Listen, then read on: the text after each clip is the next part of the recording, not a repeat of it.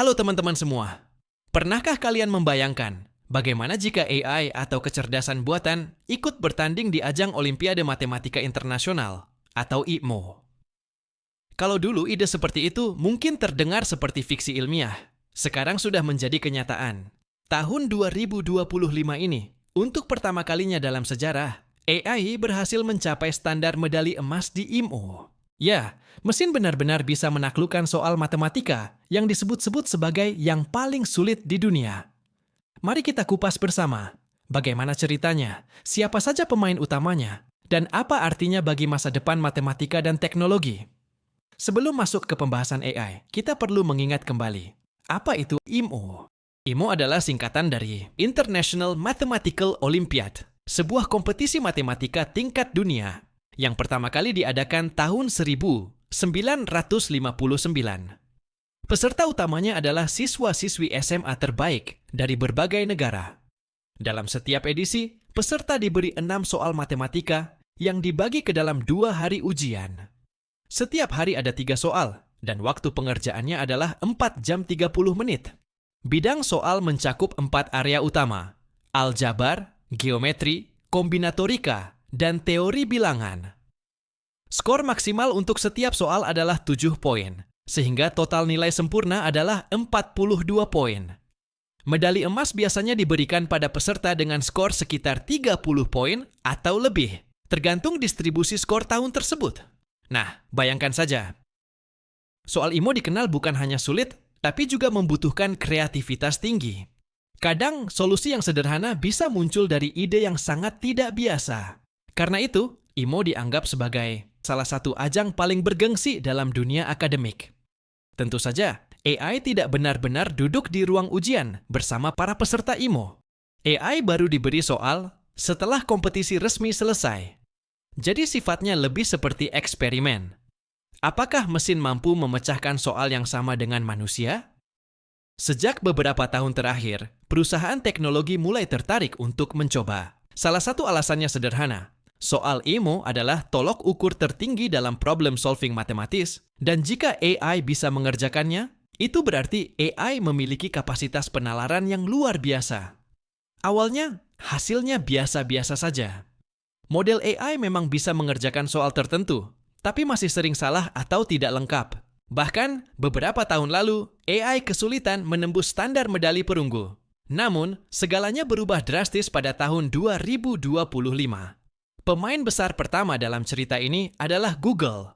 Mereka menggunakan model AI khusus bernama Gemini DeepThink. Gemini DeepThink diberi soal EMO 2025, dan hasilnya sungguh mengejutkan. AI ini berhasil menyelesaikan 5 dari 6 soal dengan benar, dan meraih total skor 35 dari 42 poin. Untuk memberi gambaran, skor 35 biasanya sudah lebih dari cukup untuk mendapatkan medali emas. Bahkan, dalam beberapa tahun, skor seperti ini bisa membawa peserta ke peringkat atas dunia. Padahal, sebelumnya Gemini belum pernah menembus level emas. Kadang hanya perak, kadang bahkan tidak sampai. Tapi tahun 2025, Gemini membuat lompatan besar. Tidak mau ketinggalan, OpenAI juga melakukan eksperimen serupa. Mereka menguji model AI eksperimental yang belum diumumkan secara luas. Uniknya, proses uji coba ini diawasi langsung oleh 3 mantan peraih medali IMO. Jadi bukan sekadar tes internal, tapi benar-benar mendapat validasi dari orang-orang yang sangat paham standar IMO. Dan hasilnya mengejutkan lagi. Model AI dari OpenAI juga meraih skor 35 dari 42 poin, sama persis seperti Gemini.